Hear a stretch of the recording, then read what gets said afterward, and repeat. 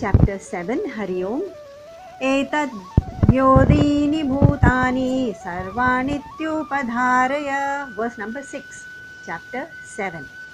Etad Yodini Bhutani Sarvanityupadharaya Aham Kritsnasya Jagata Prabhava Pralayastatha. Krishna says, know, Arjun, know this, that there are two ways in which I can be understood. Prakriti, which is the world of matter, and Purusha, which is the world of spirit or consciousness. And therefore, the entire world, changing world of body and the mind and the intellect, and the things that this body, mind and intellect perceives and experiences out there in the world of objects, and the thoughts that occur to us, all these come in the realm of Prakriti. Prakriti is the lower nature, the world of matter. And the world of matter by itself cannot have the intelligence to, or the spark or the light to function on its own. So all this, the lower Prakriti or the lower nature or the Prakriti needs that X factor. That X factor is me, Krishna, consciousness. And that consciousness or Krishna or Bhagwan or whatever you call that factor is my higher nature. Krishna's higher nature as well as our own higher nature. And that higher nature cannot be changing. It is changeless, immutable, because it is the only reality. Now, if you see body, mind, intellect and the thoughts and the perceptions and the experiences out there in the world, everything is changing from moment to moment, from day to day, from year to year, everything is changing. Prakriti is meant to be unsteady and transient. But that on which Prakriti functions, that basis, that substratum, that is changeless and that is immutable and eternal. That X factor is me, Krishna. 7th chapter onwards, Krishna is going to give only an introduction to himself, which means who is Bhagwan, who is that, what is that factor that sustains the entire world. That is the only purpose of these few chapters that are coming up. Even if you see, where do the thoughts come from? The thoughts, actually, you can't see the source of it, because the source has to be somewhere other than the thoughts, other than the brain, other than this physical organ called the brain. And the mind itself, in any case, lower than the thoughts, the intellect. Where does it come from? Where does it play? So all the waves play only on the ocean.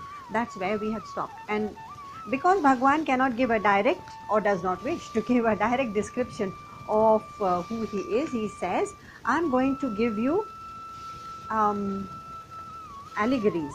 I'm going to give you some descriptions. And the most beautiful description here is in the 7th verse, which says, Mattah parataram nanyata kinchidasti dhananjaya mai sarvamidam protam sutre manigana iva. Sutre manigana. If you have a handful of pearls and you strew them around, there will be no order in this cosmos. Cosmos is going to be a disorderly collection of things and objects and planets and stars, but it is not. There is immense variety in nature and in cosmos and in the planets and in the galaxies, immense, and of course in people and their natures and their character and their appearance, immense variety in the entire world. But none of it is an accident, none of it is beyond the order of the law of nature. And the law of nature governs and sustains each one of these things in their proper place, in their proper time and in order. Just like the pearls which are strung on a string. That string you cannot see, but it is there. And what is the purpose of the string? It is actually sustaining and holding and giving the order to that collection of pearls. That is my purpose, Krishna says. That is the purpose, that I sustain and hold and create and destroy. Prabhava, pralaya, that is the creation of the world and the destruction, everything I handle, but none of it is an accident. It happens by the laws of nature. So if scientists say that, oh yes, we know that the stars are strewn across the cosmos, and the planets and all other heavenly bodies, but they seem to have their own identity and order and place. Each one knows its place and its orbit, the precision of each one's orbit in cosmos. Who determines that? So if the scientists say that yes, there is a certain gravitational pull that sustains and maintains them, then the question arises, what is who is then governing that gravitational pull, or whatever that law that the scientists come up with, which governs the way the cosmos is ordered? So if it is gravitational pull or whatever, who is governing that then?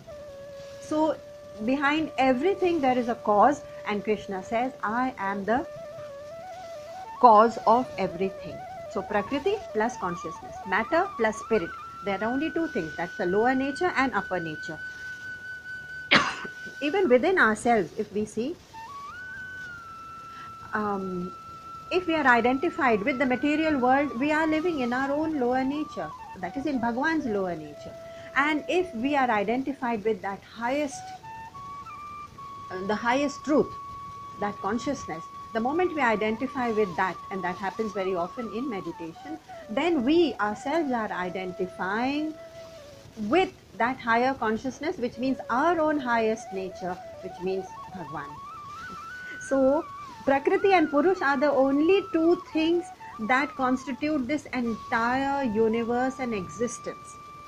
Prakriti, world of matter, and spirit is Purusha, nothing else. Everything else within that is all variations and varieties of the waves on the ocean.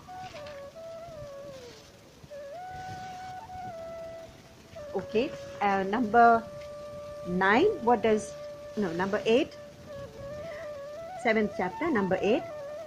Raso hamapsu kaunteya prabhasmi shashi suryayoho pranava sarva vedeshu shabdakhe paurusham rishu. Once again, only allegories and examples are given, and that is, I am in everything. I, meaning Krishna, is giving only and only his introduction in these few verses. So when we introduce ourselves, we say, okay, I live in Mumbai, and this is my address, this is where I am. So he's saying, I am the sapidity in water. Raso hamapsu kaunteya. Sapidity in water. Which means what? Which simply means, and I am the light in the moon and the sun. Prabhasmi shashi surya yoho. The light, meaning what? What does he mean by that? He means that everything on this planet has two things, the secondary nature and the primary nature, or the essential nature. Essential word comes from the word essence, tattva, tat, essence सब चीज का, हर एक चीज का एक essence होता है, और ऊपरी तौर पर उसका नाम, रूप, रंग कुछ भी बदल सकता है और अलग भी हो सकता है. For example, sugar can appear on your table in color brown or white. It can appear as powder or granular. It can appear as crystals or in cubes. It doesn't matter. That is the secondary nature. फिर भी वो sugar ही है, लेकिन वो उसकी secondary nature है. उसका essence क्या है, शुगर का एसेंशियल नेचर क्या है, वो है केवल और केवल sweetness. So we recognize sugar with its essential nature, which is actually the property which is inseparable, which is the core element of that object. तो शुगर का core element जो उससे separate कभी नहीं किया जा सकता, can we separate sweetness from sugar? वो inseparable essence शुगर में जो है, वो उसका essential property है. ठीक है, समझ में आ गया. फायर का essential property क्या है? It may appear as a flame, it may appear as a it may appear as a spark in a cigarette lighter, it may appear as a inferno in a burning building, it may appear in the funeral fire, it may appear in the Havan Kund as a puja fire. Even the fire has different forms. In fact, it appears blue when we are lighting the cooking gas, so it may appear blue or red or whatever. Okay, तो इनके properties जो secondary हैं वो बदलते रहते हैं, अलग अलग हैं. What is the essence or the essential property? Inseparable. जो उसका core है उसे separate नहीं किया जा सकता. वो fire का essence है heat. आप fire से heat अलग करके देख लें तो नहीं होगा. Okay, why are these examples given here? क्योंकि actually Bhagwan gave the example of water. I just added a few examples. Water में we saw yesterday that it can appear as vapor or as steam or as ice or as snow, but the essential nature उसका क्या है? Sapidity, liquidness और liquidity. तो water का उससे हम liquidness separate नहीं कर सकते. करते हैं जब हम उसकी बर्फ बना लेते हैं, आइस बना लेते हैं फ्रीजर में, तो हम कहते हैं हाँ उसकी लिक्विडनेस, लिक्विडिटी, सैपिडिटी हमने पानी की ले ली. But it can never be for long. Put it out in its natural environment, it goes back to its original nature. What about man? What about humans? Humans are also, they come in such varieties. There are sinners and there are saints. There are kings and there are paupers. There are scientists and there are sattvic people and there are tamasic people. There are the tall and the short and the dark and the fair. Oh, the variety is immense and mind-boggling. हम किसको कहेंगे कि ये एक essential quality है जो हर human being में है? जो हर फायर में है वो हीट है, जो हर लिक्विड में है वो सैपिडिटी है, जो हर शुगर फॉर्म में है वो स्वीटनेस है. तो हर ह्यूमन बीइंग में, चाहे वो तालिबानी हो या सेंट हो या सिनर हो, चाहे वो हिटलर हो या अफ्रीकन हो या साउथ अमेरिकन हो, या irrespective of nationality, caste, color, religion, religious belief, political belief, shape, size, color, irrespective, खाली एक चीज़ होना चाहिए ना जो उसकी एसेंशियल क्वालिटी है, जिससे हम ह्यूमन को ह्यूमन पहचानते हैं. वरना बाकी सबका भी फिर वो the law will not apply. The sweetness of sugar is inseparable. तो human quality, that is the quality that is the very essence, inseparable, by which we recognize the human as human or a living being as living being, is only and only consciousness. अब उससे separate करके बता दीजिए. Separate करेंगे तो फिर वो human नहीं रहेगा, वो रहेगा just a piece of flesh और बोन्स और a dead body as we call it. And जैसे कभी घर में कहते हैं लोग, अरे चाचा जी बीमार है, चाचा जी के लिए दवा लाइए, चाचा जी के लिए डॉक्टर को बुलवाइए and all that. Or the moment the doctor comes home and he declares and he says, oh, I'm sorry, he is no more, the family starts saying what? Body का क्या करना है? Body को कब ले जाना है mortuary में? Body, they don't say चाचा जी को. So that very relationship, that humanness, everything is lost. So consciousness is actually inseparable. Then you will say कि नहीं वो dead है तो separate कैसे हुआ? Okay, but that consciousness carries forward. You're quite right. You cannot forever or at any point in time kill consciousness. There is no such thing as killing. You cannot diminish it or cut it or wet it, or you just cannot do anything. Consciousness is consciousness. एक और बहुत beautiful example दिया गया है, वो है कि take a flower. अब आप कहेंगे wow, what a beautiful flower, and all flowers are beautiful. So then we'll say ठीक है, हमको बताइए ब्यूटी कहाँ है. आपने कहा ब्यूटीफुल फ्लावर, तो beauty please point out to me. कहाँ है उसकी ब्यूटी? पॉइंट करिए ना. स्टेम में है, सेपल में है, पेटल्स में है, बड्स में है, कहाँ है बताइए तो सही. नहीं, I can't point, but it is a beautiful flower. उसमें ब्यूटी है. Okay, so it's not in the parts, it's not in the organs, but it is in the essence that a thing is recognized. तो अगर हम कहें कि flower एक फूल का essence है, उसकी beauty, उससे हम separate नहीं कर सकते. Only when it is withered and it's dead and we say okay, it's no more a flower in fact.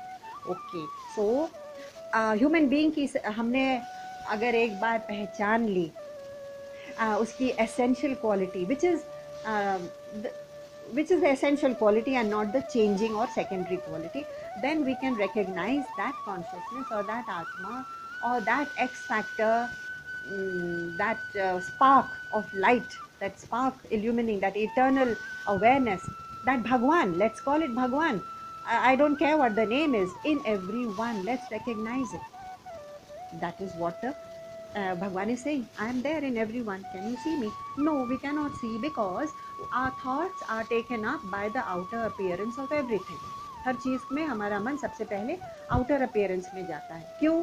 क्योंकि हम अपने सेंसेस से प्रभावित हैं. We our senses are actually going and grasping the world through the rang roop and gandha etc, and then the senses are bringing in the message to the brain कि ये ऐसा ऐसा है description इस object का. That's why we are looking only at appearances. But भगवान says flower में आपने beauty अलग नहीं करके दिया मुझे, so how can you call it beautiful flower? तो वो outer appearance में कहीं you cannot point it out, but it is still the essence. I cannot see consciousness in my neighbor who may be pretty cranky, and I see the crankiness, and I see maybe the irritableness, but I don't see that she is made of the same Atma or consciousness, because my mind is caught up with the outer. But does it mean that she, my neighbor, or the Talibani or Hitler or whoever, Trump, do you think that they don't have the same spark, the same consciousness, the same divinity, divine spark, consciousness? वो तो होगा ही सब में. हाँ. So can you see? No, I can't see. Just as I can see the beauty of the flower, sense it, but cannot describe it. So a person who is contemplative, he turns within and he begins to explore what is the very essence of everything. A contemplative person. Some more descriptions, just a couple of more verses. He describes, he thinks that, Krishna thinks that Arjuna is a man of action and is actually a man of the world, and so these examples are a bit too subtle for him. So he begins to give a few more slightly grosser examples, slightly more non-subtle examples in verse number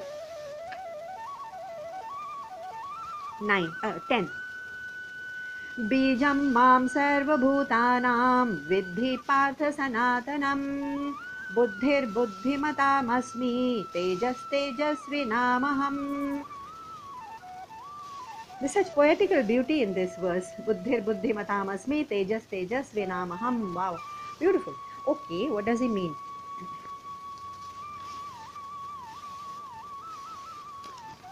He means that the very first word is bijam. I am the seed, I am the cause, the bij of everything. Sarva bhutanam. So that means I am the ultimate cause. So we say that, okay, so we are the cause because of our parents. Okay? Now they in turn are the cause of their parents. How far can you keep going back and say what is the cause of this entire Srishti, the universe? That Bhagwan says, I am the cause. That means before that there is no cause. He actually is a causeless entity. If he was a cause, then he could be destroyed, na? And then we would say, okay, अब पता करते हैं कि consciousness के पीछे क्या है. कुछ नहीं, because that's the only screen you have on which the film is playing. Screen के पीछे क्या? कुछ नहीं. Okay, so everything has a cause. Now, and in that cause, because that cause is so perfect and it has certain laws by which everything functions, we may call it religion, we may call it dharma, we may call it belief, we may call it God, but it is that orderliness, that perfection which gives the cosmos the orderliness of existence. That means what? That means that one single cause behind everything, when we go back, we find only one. Ekam Sat. There cannot be two Sats or two truth. So in Christianity also they say, our Father who art in heaven. They call that Tattva Father. Okay, okay. I mean, how does the name matter? Language in any case is most inadequate and man-made language. It will never come anywhere close to what that Tattva is. We can just attempt to describe it in poor language. Sanskrit of course being the most divine language, and still Bhagwan is using Sanskrit even just by giving examples, not by direct description. It's like a kite saying that I'm going to touch the moon. No, the kite may go just so high and no more. And in Islam, if they say, yes, there is one Allah, there's only one, La ilaha illallah, how can you have two truths? It stands to reason. Every single belief system, philosophy, or religion has come back through their various means of logic and philosophy and religion and understanding back to the same point. There is only one cause. Sanatan Dharma says the same thing. Tvameva mata, tvameva pita, chatvameva pita, bandhu sakha, sakhato tvameva. You are everything and you are in everything. So the ocean can be one. Of course, we, for the practical purposes of geography, have divided it. But if you look at the Earth the from the stratosphere, from up above, from the moon or something, you will see that the oceans are not divided, they are connected. There's just one ocean, one body of water. It's actually the continents, the body of land which is divided. But we say, oh, this is the Pacific Ocean and that's the Atlantic. Okay, that's just for geographical reasons. Ocean is one. Even that is a limited example. वो example भी जो दिया गया है ocean का, वो भी प्रकृति से ही है. It's from the realm of matter. But that is just for us to understand. तो अब क्या कहें? So ocean is one, but the waves are many. Gold is one element, but ornaments are many. Element तो एक ही है ना. Mud, clay is of one tattva, one element, but pots can be shaped, pots and other things that you make out of clay can be varied. So there cannot be two causes of the entire Srishti, which means that the source of our own higher nature is one source only of everyone, every single one of us. And the word used in the first line is Sanatanam, and that source is eternal. Eternal meaning it existed before Srishti, before time. Only when events occur, we call it, ये event अभी occur हुआ है, इसके पहले क्या था? We talk in terms of time only when there is an occurrence of some event. No event, no time. But consciousness still exists, which means even when there is no concept of time, this eternal entity is timeless. It still exists. It actually is a timeless entity. Time is a creation of our own existence. कि ये past, present and future हमने अपने लिए बनाया, because we see ourselves moving from birth to death, from event to event, and therefore we know, we sort of use this concept of time. But eternal is what was before the Srishti existed. So we say, was time there? No, there was no time. So beyond time. Time and space, I think we should read Howard, is it Howard Gardner? Who is that British scientist? Howard something, who has written a beautiful book on time, beyond time. Okay, so that word Sanatan, eternal consciousness. Suppose you say कि consciousness destroy हम कर सकते हैं. Okay, जैसे mud को destroy, pot को destroy किया, pot को crush किया, तो it went back to mud, वो फिर से clay हो गया. Ornament को हमने burn किया fire में, तो it went back to gold, अपने element में वापस चला गया ना. तो consciousness को destroy करेंगे, suppose it were to be, suppose there was such a possibility and you were to destroy consciousness, किस चीज में, किस element में वो जाता? There is no element beyond that. So consciousness is the only source. बीजम माम सर्वभूतानाम, हर चीज के, हर being के पीछे मैं ही एक बीज हूँ. I am the source. Okay. Second line, मैं वो हूँ. भगवान is only describing himself and he says, पहचानना हो तो पहचान लो. Because for that you need intuition. You have to go beyond words after some time. बुद्धिर बुद्धिमताम अस्मि.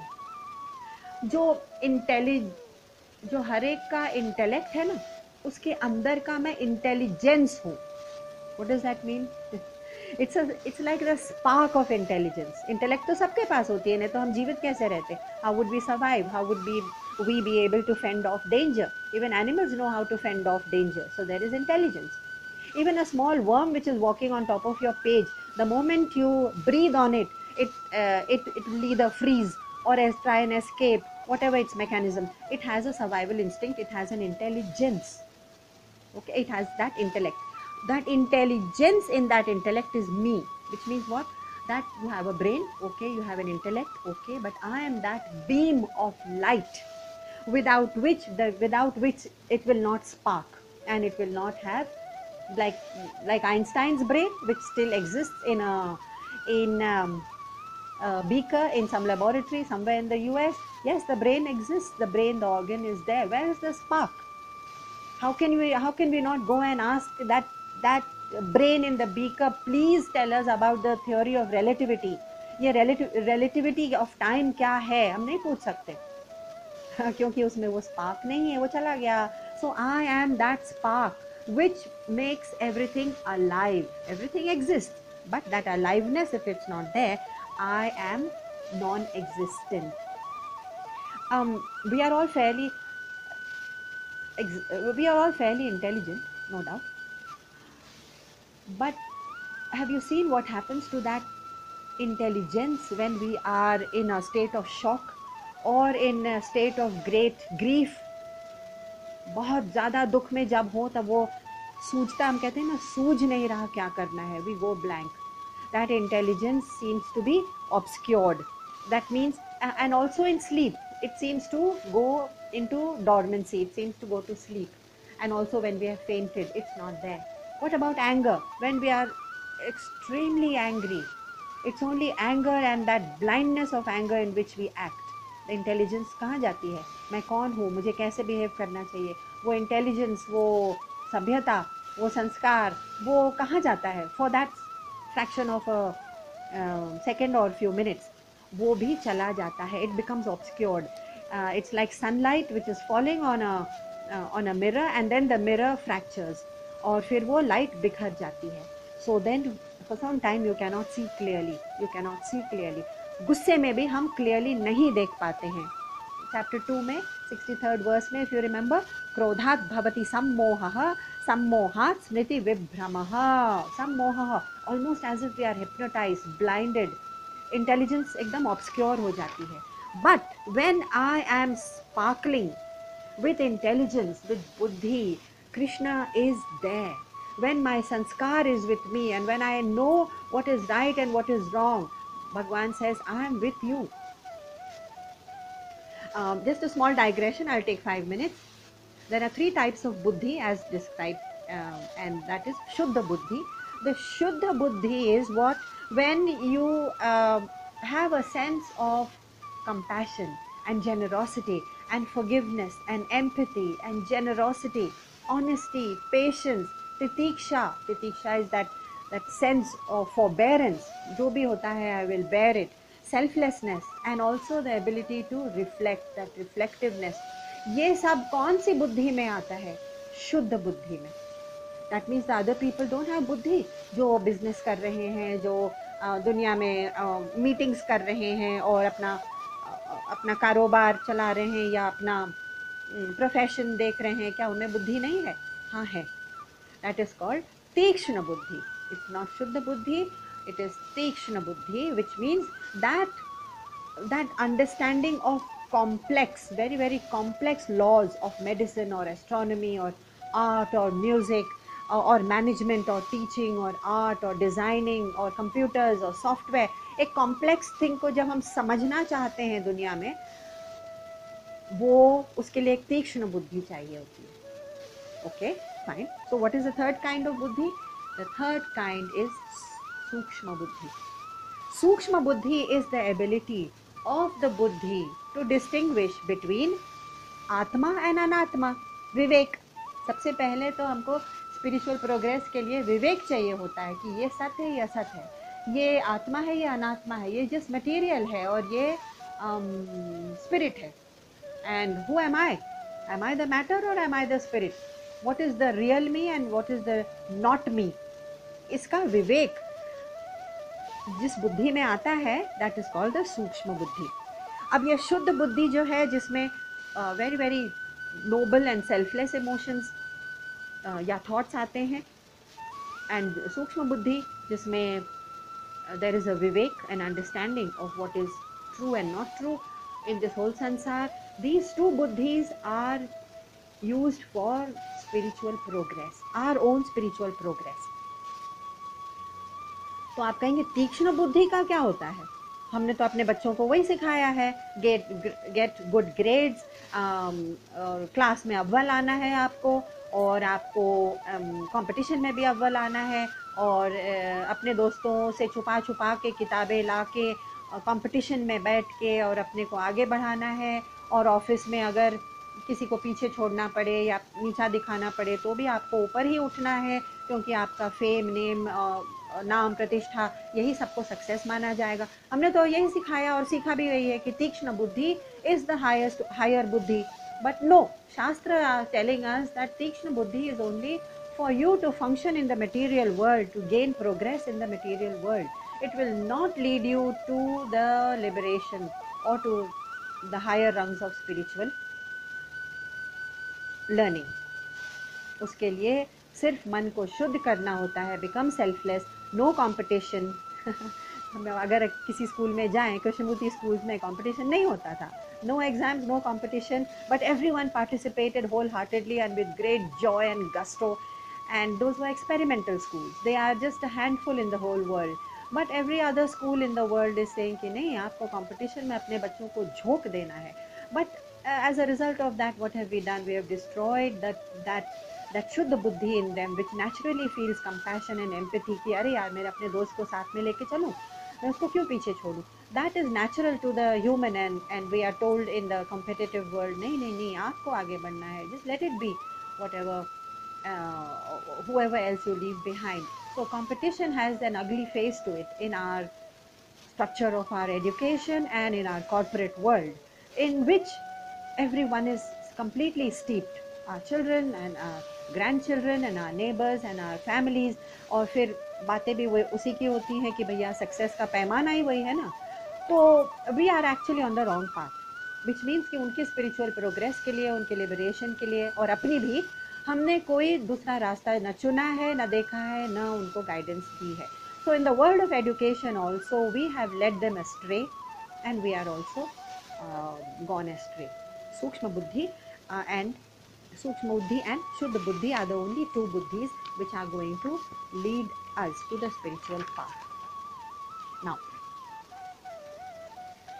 does it? So I am that brilliance, I am that beauty, that creativity, that compassion, that austerity, that tapas. जब हम किसी चीज़ में देखते हैं कि oh how beautiful, वो साधु वहाँ बैठे हुए हैं, कितने दिनों से इतनी सादगी से रह रहे हैं, जैसे कि सादगी, आज गांधी जयंती है by the way, and therefore and also the Jayanti of who? Shastri ji. So both of them led such austere lives. They have become exemplary. And then we say कि अरे नहीं नहीं, वो तो गांधी थे, वो तो फला थे. No. When you see that kind of simplicity, that kind of humility, non-materialism, non-consumerism, निष्काम भावना जब देखते हैं, फिर भी उनका डिटर्मिनेशन, जो उनको चाहिए, जो सत्य है उसके पीछे जब लग गए वो दोनों, तो डिटर्मिनेशन भी बहुत उच्च दर्जे का है. और जेनरोसिटी, ये सब जब हम देखते हैं of the highest quality, then Bhagwan says, in that brilliance, in that austerity, in that tapa, in that beauty of that character, मैं हूँ ना. अच्छा, तो फिर what about the तामसिक person? अरे अभी तो आपने कहा था कि मैं हर इंसान में हूँ, और इंसान का तत्व ही वही है. तो कोई इंसान तामसिक भी हो सकता है, क्रूएल भी हो सकता है, वल्गर भी हो सकता है, और राजसिक भी हो सकता है. हाँ, होते हैं. तो लेजी, अनसीकिंग, तामसिक यानी लेजी, अनसीकिंग, पर्पसलेस और इनकंसिस्टेंट. कभी कुछ किया, कभी उसको परस्यू नहीं किया, आधे रास्ते कोई भी परस्यूट छोड़ दिया, नो सेंस ऑफ डिटर्मिनेशन और परस्यूट. ऐसे भी तामसिक होते हैं. हाँ ठीक है, क्योंकि वो जानवरों की योनियों से रिसेंटली आए हुए होते हैं, यानी कि they are very new humans. मतलब new humans, not old humans as Krishnamurti used to say. Old humans यानी कि बहुत दिनों की ह्यूमन बर्थ ले लेके बहुत तप किया हुआ होता है, तब वो ओल्ड ह्यूमन कहलाते हैं।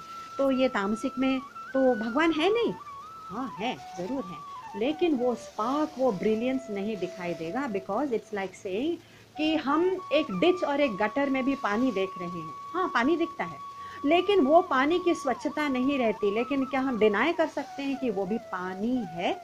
हाँ पानी तो है, गटर में भी, डिच में भी, मडी वाटर में भी पानी है, पानी ही है उसका तत्व। लेकिन जब हम उस पानी को शुद्ध करेंगे, फिल्टर करेंगे, कैसे? मन शुद्धि से, चित्त शुद्धि से, उसमें से काम, क्रोध, मद, लोभ, मोह फिर निकाल के, फिर कंपैशन, ऑस्टेरिटी, जेनरोसिटी, एकाग्रता, एकाग्रता is one of the qualities, titikshā, that means forbearance, ekagrata is the ability to focus, और मेडिटेशन, मेडिटेटिव पॉइज, ये सब जब ले आएंगे एक एक करके, वो जो पानी है वो शुद्ध होता जाएगा। In fact, they have the ability in filtration plants now to even filter toilet water into drinking water, and they have done it in Singapore. आप उसको रिसर्च कर सकते हैं, आप देख लीजिए गूगल पर। Yes, they have done it and they turn it into pure drinking water.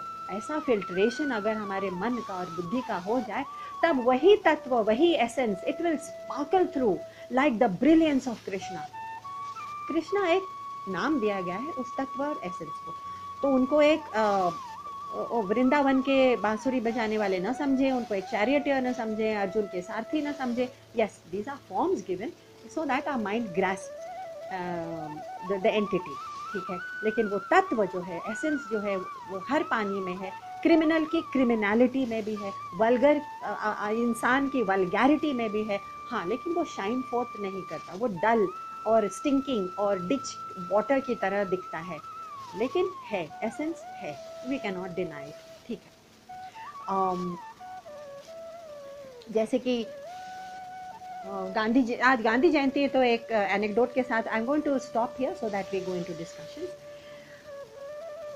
कहते हैं कि you know that Gandhiji fought tooth and nail, not through violence or anger, but he fought in his own way of non-violence and आग्रह, insistence कि मुझे सत्य चाहिए, सत्य का आग्रह, सत्याग्रह। और ये वर्ड उन्होंने दुनिया को अपने स्वयं तप से दिया था। सत्याग्रह was his tool and he fought with this tool tooth and nail with the British, against the British, until they were forced to leave the country.